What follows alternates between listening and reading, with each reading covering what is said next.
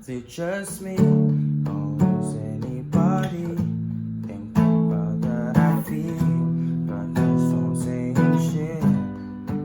Is it just me?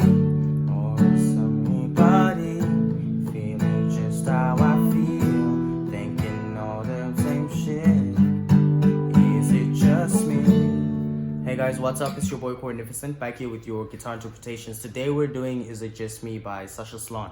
Now we're playing this in basic chords, the open ones that you already know. If you're not familiar with the chords that I'm going to use, you can check out my chord video. There's a detailed illustration on the chords. But the progression goes like this, okay?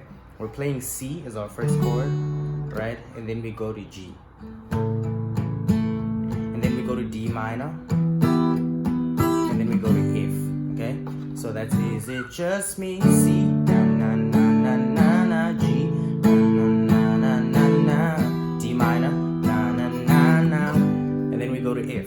Like I said, if you're not familiar with the chords, you can check out my chord video. If you can't find it, I will link it for you in the comment section. Otherwise, do subscribe to the channel for more content like this. Leave a like and share the video. And as for those who want to know my strumming pattern, it's basically is it just me? 3, 4, 5, 6, 7, 8. 1, 2, 3, 4, 5, 6, 7, 8. 1, 2, 3, 4, 5, 6, 7, 8. 1, 2, 3, 4, 5, 6, 7, 8.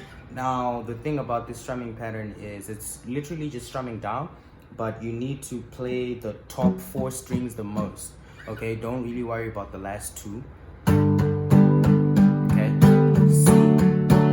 And that's the whole song, guys. Do subscribe to the channel, like I said, and see you in the next video. Peace out.